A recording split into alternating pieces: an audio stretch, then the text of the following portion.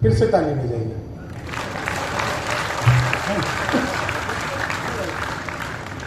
बहुत अच्छा आप लोग सुन रहे हैं। भागलपुर में पहले भी कई बार आया हूँ। पिछली बार आया था तो आप लोगों ने मुझे ये कुर्ता गिफ्ट किया था। इस बार खाली एक बुके दे करके मेरा काम आप लोगों ने निपटा दिया। मुझे लग रहा था भागलपुर स्मार्ट सिटी बनने जा रहा है, लेकिन आप लोग धीरे धीरे कमजोर होते जा रहे हैं। इसका मुझे थोड़ा तकलीफ है। मैं 4 लाइन सुनाता हूँ, जहां जहां आपको आनंद आए। मुझे नहीं पता आप लोग बात कितना समझेंगे। अभी ऑपरेशन सिंदूर का जिक्र किया भाई साहब आपने, बारीक बात है। मोदी जी ने अभी पाकिस्तान के ऊपर ऑपरेशन सिंदूर किया। आप सब पढ़े लिखे लोग हैं। हम लोग जिसके ऊपर अपना ऑपरेशन सिंदूर कर देते हैं उसको अपने साथ ले आते हैं। हालांकि मोदी जी की फितरत में ये नहीं है। तालियां कमजोर है भाई, बहुत बढ़िया शंभू, बहुत अच्छी, क्या बात है, क्या बात है। लेकिन अगर उन्होंने सिंदूर दान कर ही दिया है तो ले आए, नहीं तो वो पाकिस्तान है, पता नहीं कब हलाला करा ले। मैं 4 लाइन सुनाता हूं, आनंद लीजिएगा। बहुत अच्छा आप लोग सुनेंगे। देखिए, मैं पहला कभी मुझे बुलाया संजय झाला जी ने। आप लोग जब बाजार जाते हैं तो आपने देखा होगा कि फल बेचने वाला फल को बेचने की कला जानता है। वो सड़े गले फलों को नीचे रखता है और ताजा फल ऊपर रखता है, जिसे दिखाकर आपको बाकी के फल बेच दिए जाते हैं। आज के कवि सम्मेलन का पहला कवि मैं हूं, जिसे दिखाकर ये तमाम वैरायटी आपको परोस दी जाएगी। आप लोग यूं ही आनंद लेते रहेंगे। स्वागत है, स्वागत। एक तो सबसे बुरी बात है कि सारे लोग मोबाइल से वीडियो बना रहे हो। एक बात बताओ सर, आप अभी मेरा वीडियो बनाओगे, घर जाके भाभी जी को दिखाओगे, वो मुझे जूम कर करके देखेगी, आपको अच्छा लगेगा? और जब आपको इस उम्र में भी भाभी जी को मुझे ही दिखाना था तो उन्हें खुद ही ले आते, हम ही देख लेते। तो इसलिए मोबाइल की रिकॉर्डिंग छोड़ दीजिए। अभी क्या छोड़ दो, सब रिकॉर्ड कर रहे हो भाई, कौन ताली बजाएगा? आप लोग भी छोड़ दीजिए, मोबाइल को छोड़ दीजिए सर। कुछ नहीं रखा इस मोबाइल में, बिल्कुल चिंता मत करिए। मतलब ये मोबाइल दुनिया का सबसे घटिया चीज है सर आज की तारीख। सच बता रहा हूँ, मल्लिका शेरावत के पास भी है। मोबाइल होना कोई बड़ी बात थोड़ी है। मैं 4 लाइन आपको सुनाता हूँ। एक बार आप लोग मेरे रंग में, मतलब मेरे रंग से मतलब है हास्य के रंग में, एक बार आ जाएंगे तो आपको आनंद आना शुरू हो जाएगा। आज जब मैं भागलपुर के लिए आया तो मैं जैसे ही रेलवे स्टेशन उतरा, मैंने देखा 2 लोग आपस में आधे घंटे से गाली गलौज कर रहे थे। मुझसे रहा नहीं गया, मैं उनके पास गया, मैंने जाकर उनको समझाया, तब मारपीट हुई। मैं समझ गया भागलपुर वालों को समझाना नहीं चाहिए। मैं आगे आया तो मैंने देखा, अच्छा वो मारपीट भी हुई तो मेरे साथ। वो मुझे पकड़कर बुरी तरह धुनने लगे। मैंने फिर समझाया तो अच्छी तरह धुना। तो यहाँ का मामला फिर अच्छा, इतना बढ़िया जागरण ने हमारी क्या व्यवस्था कराई। साईं जी ने शानदार होटल में रुकवाया हम लोगों को। हमें महंगे चीज की आदत ही नहीं है। चाय का रेट देखा हमने 200 रुपए। हमने कहा कौन 200 रुपए की चाय पिएगा। नीचे आ गया, मैं नीचे चाय पीने लगा। मैं चाय पी रहा था तभी एक कुत्ता है। कुत्ते को देखकर मेरे भीतर दया जगी। मैंने सोचा मैं तो चाय पी रहा हूं, ये कुत्ता क्या कर रहा है। तो मैंने चाय वाले से कहा 1 बिस्कुट का पैकेट दो। उसने मुझे 1 बिस्कुट का पैकेट दिया। मैंने बिस्कुट का पैकेट को फाड़ा, 1 बिस्कुट निकाला, बाकी वापस जेब में। अक्सर हमारे भीतर इतनी ही दया जगती है।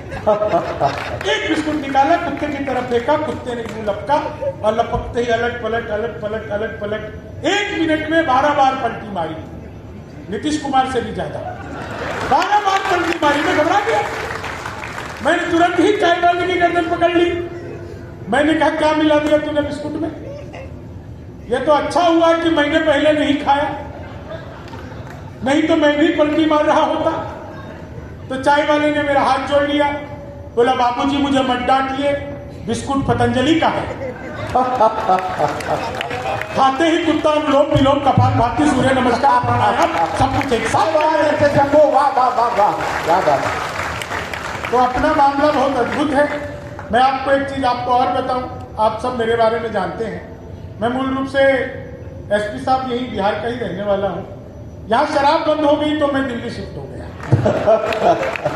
जब मैं यहाँ कार्यक्रम के लिए आया तो संजय जी ने मुझसे पूछा, यार शंभू तुम तो दिल्ली शिफ्ट हो गए हो, तुम्हारा मन कैसे लगेगा, तुम बिहार कार्यक्रम में आ रहे हो, जागरण की सीरीज में अलग अलग जगह जाओगे, तुम्हारा मन कैसे लगेगा। तो मैंने इनको बताया कि संजय भैया, बिहार में भगवान और शराब एक जैसे है, उपलब्ध हर जगह है, बस दिखते नहीं है। और जिसको भी मिल जाता है वो दूसरे को पता नहीं बताता है। भगवान के साथ भी सेम यही है, जिसको मिल गया वो अपनी मस्ती में, दूसरे को बताता ही नहीं। बहुत अच्छा लग रहा है कि बहुत भारी संख्या में महिलाएं आई हैं, वो खुलकर हंस रही हैं। एक निवेदन करूं, घर पर भी ऐसी रहा करो। मैं तो पॉलिटिक्स पर ज्यादा बात करता नहीं, बस पिछले दिनों मैंने खाने वाला, अच्छा सबको बांटोगे क्या, चलो बांट दो। ये दरअसल ये कार्यक्रम खाने खिलाने के लिए रखा गया है, कभी तो इसमें एक वो है, हाँ एडवर्टाइजर है, हाँ मेन तो वो है। तो मैं आपको ये बता रहा हूं, 4 लाइन सुनिएगा। देखिए मैं राजनीति पर कोई बात नहीं करता भाई साहब, बस मैंने पिछले दिनों मोदी जी से पूछा, मैंने कहा मोदी जी आपकी नीयत क्या है। मोदी जी बोले मेरी नीयत पाक साफ है।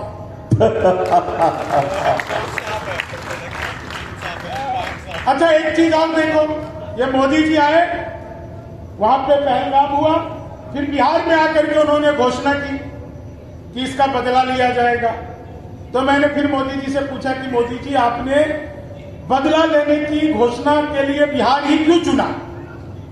तो मोदी जी बोले देखो बिहारी लोग ही ऐसे होते हैं जो घर में घुसकर पहले मारते हैं, फिर उस जगह को बिहार का बना देते हैं।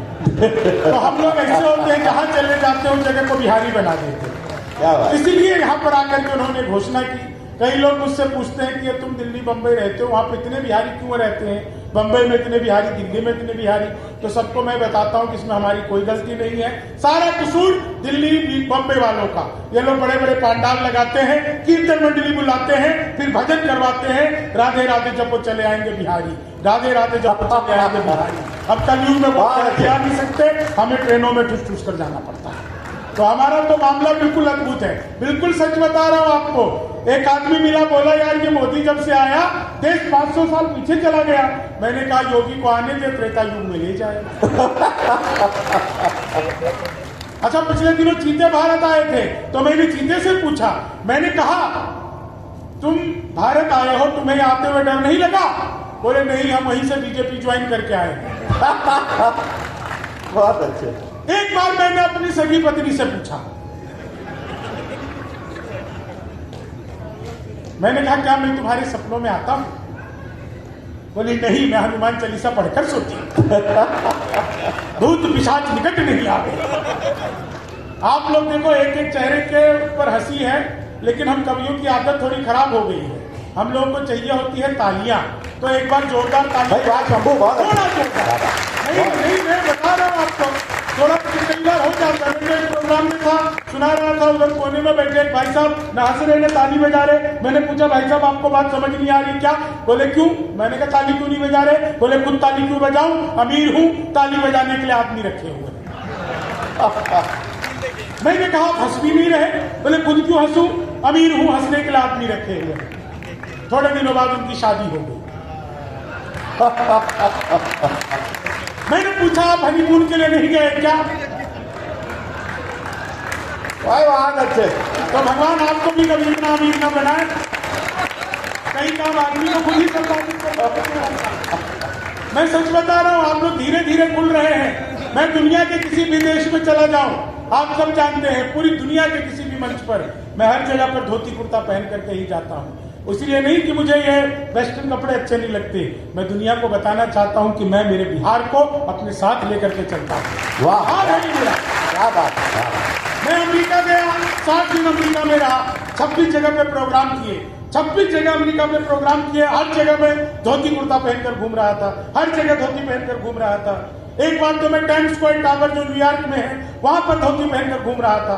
कई लोग वहां पर कुछ भी नहीं पहनकर घूम रहे थे।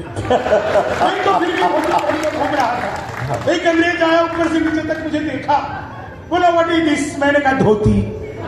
बोले व्हाट धोती? मैंने कहा फुली एयर कंडीशनर। अंग्रेज को समझ नहीं आया, उसने पीछे से मेरा धोती का लाइन पकड़ लिया। मुझे बुरा लगा, मैंने तुरंत उसका टाई पकड़ लिया। बोला व्हाट इज दिस जेंटलमैन? मैंने कहा you tell me first what is this gentleman? बोला this is my neck tie. मैंने कहा this is my back tie. क्या तो बात। अपना मामला हाँ, मेरे पिताजी, हमारे पिताजी मरने से 2 दिन पहले कह के गए वो ऐसा काम करना कि लोग कहें इसके पिताजी बहुत अच्छे आदमी थे। क्या बात। प्रख्यात लोग कहें पिताजी इसके बहुत अच्छे आदमी थे। सर मैं पहला ऐसा एसपी देखा हूं जो खाने पीने से मना कर रहा है। आदत खराब हो जाएगी सर, आप तो निभा लोगे, दूसरी क्या करेंगे आपके बाद? वो बोले नहीं मैं नहीं खाऊंगा। कमाल है सर, आप जैसे अच्छे लोग रहे तो देश बहुत तरक्की करेगा। एक बार सर की उपस्थिति के लिए तालियां बजाइए। कवियों की बातों का बुरा मत मानिएगा। आप मैडम के साथ हंसने आ गए, हम इसी बात पर खुश हो गए। और मैडम जो है बीच में बच्चे को रखी है, इतना दूरी बहुत जरूरी है ताकि पति हंस सके। हाँ अभी तो 2 थे सर, एक कहाँ चला गया? 2 प्यारी प्यारी बिटिया है सर जी। अच्छी बात है साहब, नर के मन से नारी का सम्मान नहीं जा सकता है। सच बता रहा हूं आपको। और बेटा हो घर में तो भूखा भले ही लौट जाए, पर बेटी हो घर में तो भूखा मेहमान नहीं जा सकता। तो मैं 4 लाइन आपको मेरे पिताजी सर, हमारे पिताजी मरने से पहले 2 दिन पहले हमको कहते गए वो ऐसा काम करना कि लोग कहें इसके पिताजी बहुत अच्छे आदमी थे। वो दिन भर दलान पर बैठे रहते थे, जो भी गुजरता था उसको गाली दिए बिना छोड़ते नहीं। हमको कह के गए ऐसा काम करना, लोग कहे पिताजी बहुत अच्छे आदमी। अब सर उनकी अंतिम इच्छा वो कह करके मर गए। अब हम 2 भाई हैं, दिन भर उसी दलान पर बैठे रहते हैं। जो गुजरता है पहले उसको गाली देते हैं, फिर लाठी लेके दौड़ाते हैं। वो भागते भागते कहता है इससे अच्छे तो इसके पिताजी थे जो खाली गाली देकर छोड़ देते थे, ये तो दौड़ा कर मारता भी है। तो नाम ऐसे भी रोशन किया जा सकता है। तो नाम रोशन करने के लिए कुछ नहीं करना पड़ता है। 4 लाइन सुनाता हूं, आप लोग बहुत अच्छा, बहुत आनंद में सुन रहे हैं और अच्छा लग रहा है। इतनी भारी संख्या में यहाँ पर महिलाएं बैठी हैं। मैंने तो दैनिक जागरण अखबार में साहब विज्ञापन देखा, लिखा था घर बैठे मिठाई मंगवाइए। मैंने सोचा पिज्जा बर्गर तो खूब मंगाया, मिठाई कैसे मंगाएंगे? तो मैंने अखबार में दिए हुए नंबर पर कॉल किया। उधर से कंप्यूटर में रिकॉर्डेड आवाज आने लग गई। बोली जी नमस्कार, अग्रवाल स्वीट कॉर्नर में आपका हार्दिक स्वागत है। मिठाई लेने के लिए 1 दवाइए, चाट पापड़ी के लिए 2 दवाइए, गजक नमकीन के लिए 3 दवाइए, गोलगप्पे इत्यादि के लिए 4 दवाइए। सब कुछ एक ही दुकान पे मिलती है। मुझे मिठाई चाहिए थी, मैंने 1 दवा दिया। वो फिर शुरू हो गए। लड्डू लेने के लिए 1 दवाइए, बर्फी लेने के लिए 2 दवाइए, जलेबी लेने के लिए 3 दवाइए, रसगुल्ले लेने के लिए 4, मुझे लड्डू चाहिए था 1 दवा दिया।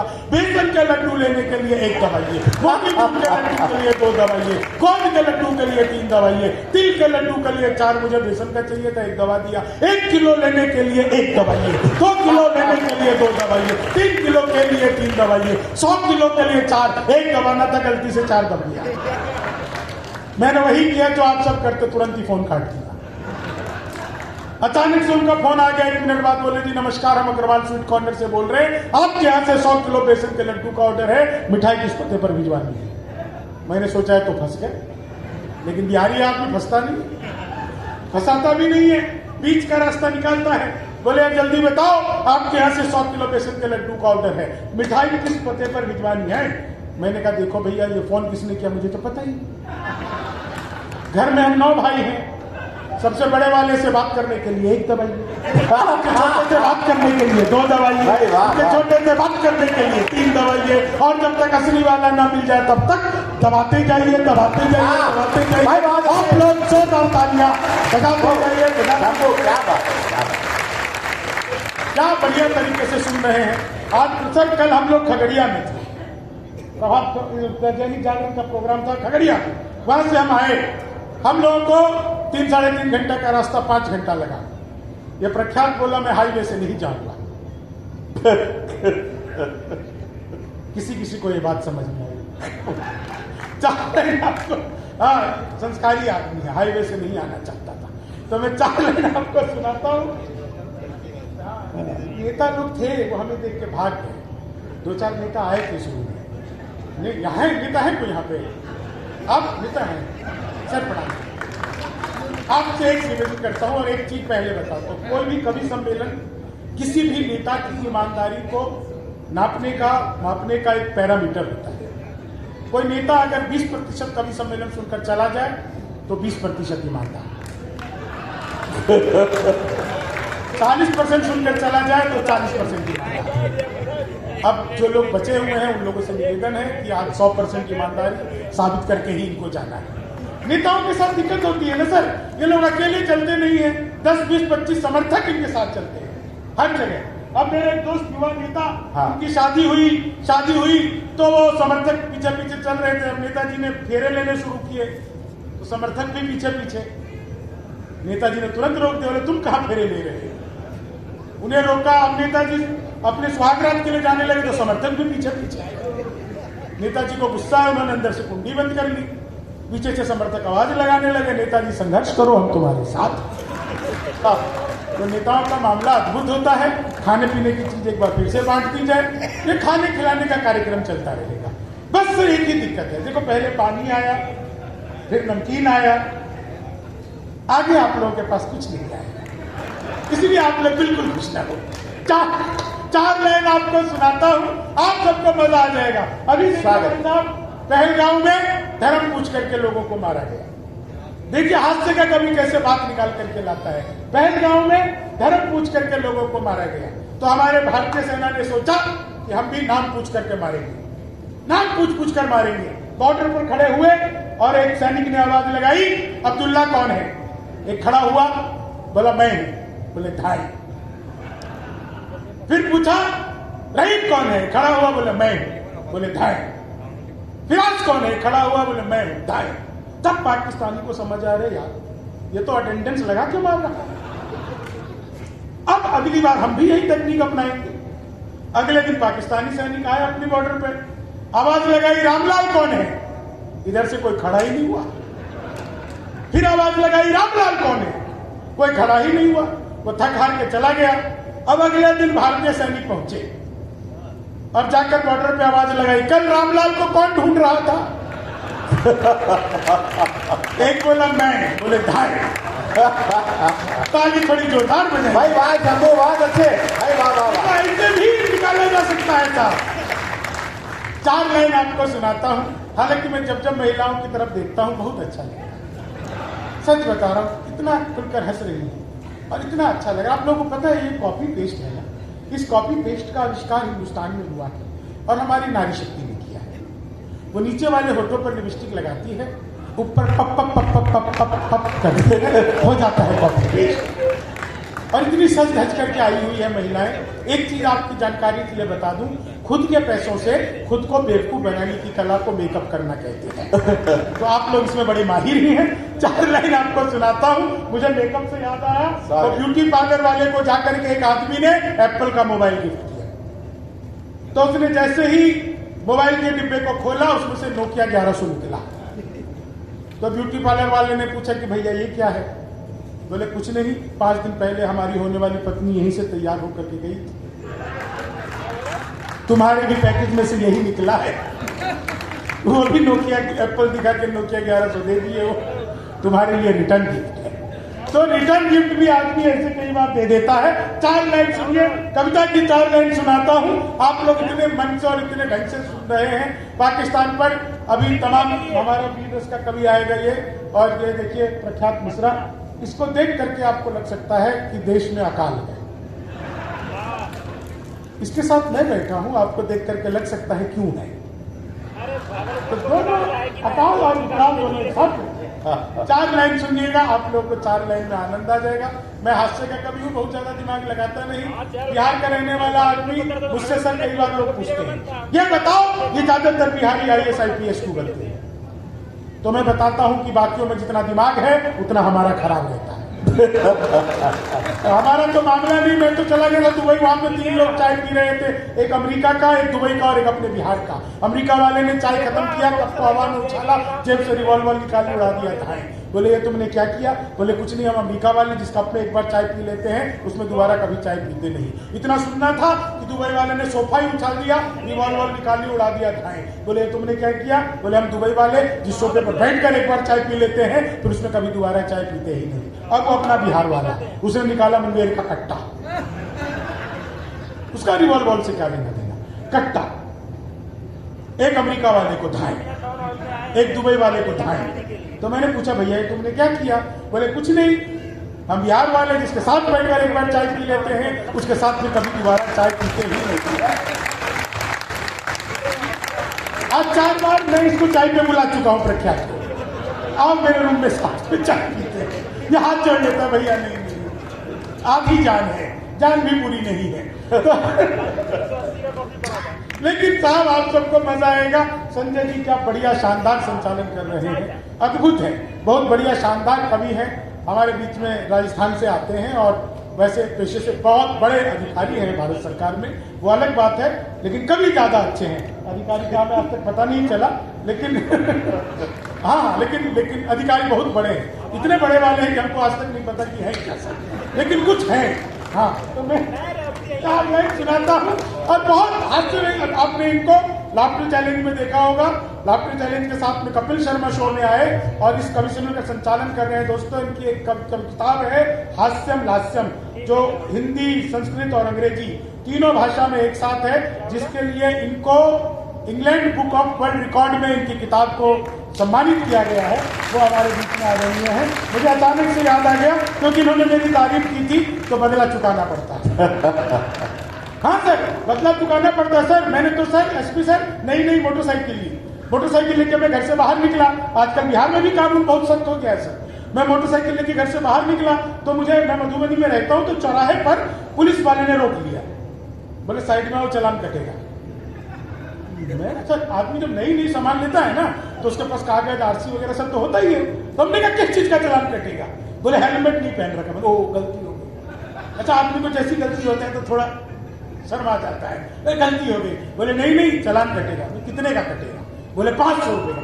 500 रुपये? कभी आदमी 500 कहां से लाऊंगा? 100 रुपया लेता हो तो बताओ। बोले ठीक है 100 रुपया दे दो। मैंने उसे 100 रुपया दिया। बोले अब तू खड़े हो जाओ। मैंने कहा अच्छा अगले चौराहे पे कोई और पकड़ लेगा तो सबको 100 रुपये बांटता रहूंगा, क्या समझ रहे हो? बोले नहीं उसको कह देना लिमका।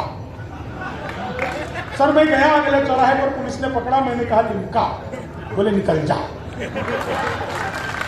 अगले चौराहे पर फिर मुझे पुलिस ने पकड़ा, मैंने कहा लिमका। बोले जा। अगले दिन मैं जानबूझकर हेलमेट छोड़ के आया। अब अपने पास लिमका थी, मैंने सोचा पूरा शहर घूम लूंगा। फिर मुझे पुलिस वाले ने पकड़ लिया अगले दिन। मैंने कहा लिमका। बोले बेटा साइड में आ जा, आज का कोको कोला था। तो पुलिस जो कोर्ट में काम करती है सर, मैं उसको भी प्रणाम करता हूँ। मैं सर पटना से बायरोड यहाँ तक आया। पटना से यहाँ तक आने में मुझे 10 जगह पर नेता सहायता केंद्र नहीं दिखा, मुझे 10 जगह पर कवि सहायता केंद्र नहीं दिखा, लेकिन मुझे 10 जगह पर पुलिस सहायता केंद्र दिखा है। ताली अभी मत बजाओ। पुलिस सहायता केंद्र का अर्थ है आप जब भी कभी पुलिस सहायता केंद्र के पास से गुजरे तो उनके सहायतार्थ 100-200 रुपए का भुगतान करते हुए जाए।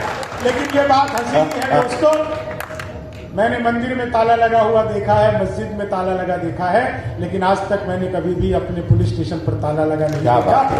पुलिस के सम्मान में सच बता रहा हूं,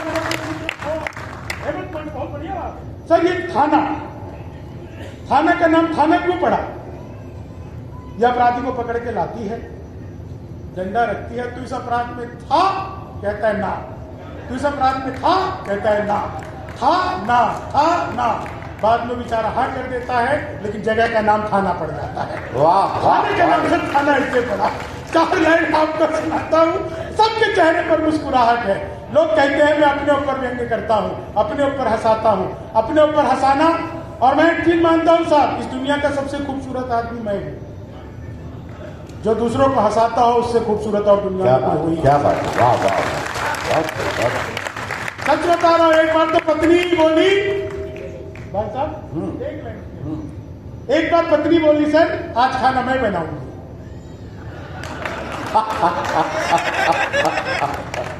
मैंने कहा धन्य हो गए, जो सबसे अच्छा आता है बना ले। सर मुंह बना कर आ गई, लेकिन उसने बनाई पनीर की सब्जी। मैंने उसमें पनीर ढूंढा, कहीं नहीं था। मैंने पूछा है तुमने कौन सा पनीर बनाया? बोली खोया पनीर। मेरा एक आंसू टपका उसी में गिरा। मैंने कहा अब ये रोया पनीर हो गया है। तो अपने यहाँ का मामला बिल्कुल अद्भुत है। 4 लाइन सुनिए, समय की अपनी सीमाएं हैं, लेकिन 4 लाइन में आपको बहुत जबरदस्त सुनाता हूँ। आप लोग जो इतना अच्छा सुन रहे हैं, कई लोगों को मैंने मना किया कि मेरा वीडियो मत बनाओ। सर वैसे मेरा तो डिजिटल कैमरे से भी नेगेटिव आता है, लेकिन वीडियो बना के कोई फायदा नहीं है। जो रील बनाने की संस्कृति आजकल चल पड़ी है, इन रील बनाने वालों का क्या हाल होगा कि लेनी थी जीत हमने मगर मात ले लिए, लेनी थी जीत हमने मगर। ये प्रख्यात मिश्रा है, वो आकर के सुर में सुनाता है, मैं महिषासुर में सुनाता हूँ, इसलिए थोड़ा आवाज गड़बड़ा रहा है। इसका ईगो थोड़ा सा कम कर दीजिएगा बस। हाँ, हमको चाहिए नहीं होता है कि लेनी थी जीत हमने मगर मात ले लिए, कितने हसीन देखिए जज्बात ले लिए, दूल्हा बेचारा रील बनाने में रह गया, दुल्हन ने फिर पंडित जी के साथ ले लिए, दुल्हन ने फिर पंडित जी के कि भगवान मेरा साथ आप यूं भी निभाना, किस्मत के खेल में मुझे ऐसे भी जिताना, सलमान के जैसे भले बीते ये जवानी, लेकिन बुढ़ापे में अनूप जलोटा बना। क्या बात।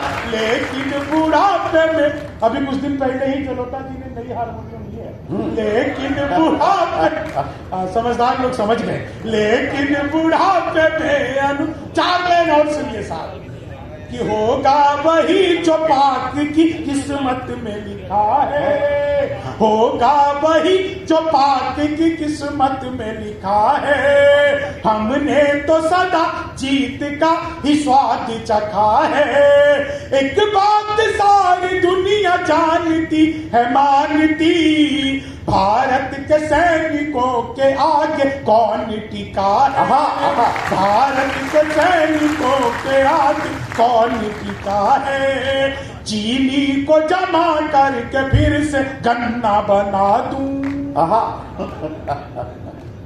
मैं तो अद्भुत कवि हूं। क्लास में अध्यापक आए, बोले कौन बेवकूफ पे खड़ा हो गया? तो मैं ही खड़ा हो गया।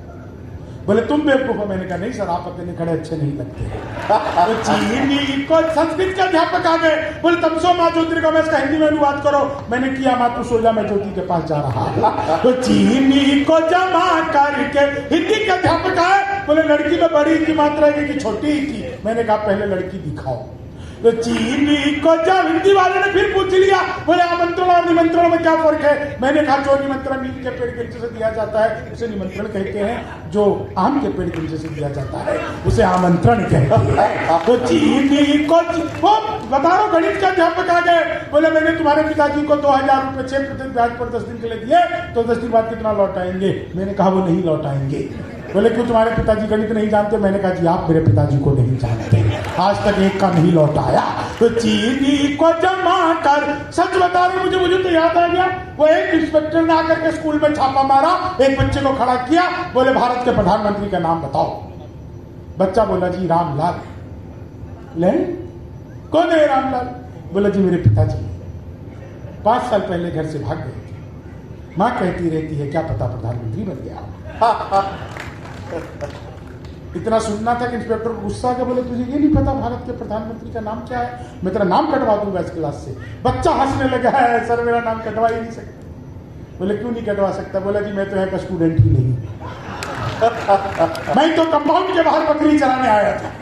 मास्टर जी आए, बोले कि बच्चे कम आए हुए हैं, इंस्पेक्टर साहब आ सकते हैं, 10 रुपए मिलेंगे, 2 घंटे के लिए बैठना है। सर 10 रुपए आप दोगे कि मास्टर जी से लेना है? इतना सुनते ही मास्टर को और गुस्सा है, इंस्पेक्टर को, उसको गुस्सा आ गया, इंस्पेक्टर को मास्टर को बोले जरा क्या कर रखा है तुमने? नकली बच्चा बैठा रखा है, मैं तुम्हारी नौकरी खा जाऊंगा। बोले सर मेरी नौकरी खा ही नहीं सकते। क्यों? बोले मैं तो यहाँ का मास्टर ही नहीं। मास्टर मेरा बड़ा भाई है, साथ में परचून की दुकान चलाता है, कह गया था 2 घंटे के लिए स्कूल संभालने में, 2 घंटे के लिए स्कूल संभाल रहा हूँ, मेरा नौकरी क्या खाओगे? बात तो ठीक कह रहा है, लेकिन दोनों को पकड़ के प्रिंसिपल के पास लेके बोले सर क्या कर रखा आपने? नकली बच्चे बैठा रखे, नकली मास्टर, मैं आपके स्कूल की कंप्लेन करूंगा। इतना सुनते ही प्रिंसिपल साहब ने दराज खोला, 10,000 रुपए की गड्डी निकाली, इंस्पेक्टर को दिया और बोला इंस्पेक्टर साहब प्रिंसिपल तो हमारे चाचा हैं, साथ में वकालत करते हैं।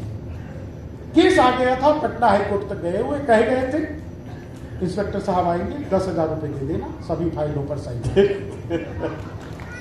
इंस्पेक्टर साहब ने 10,000 रुपए पकड़े, जेब में रखा और कहा देखो वो तो मैं हूं जो 10,000 में मान गया।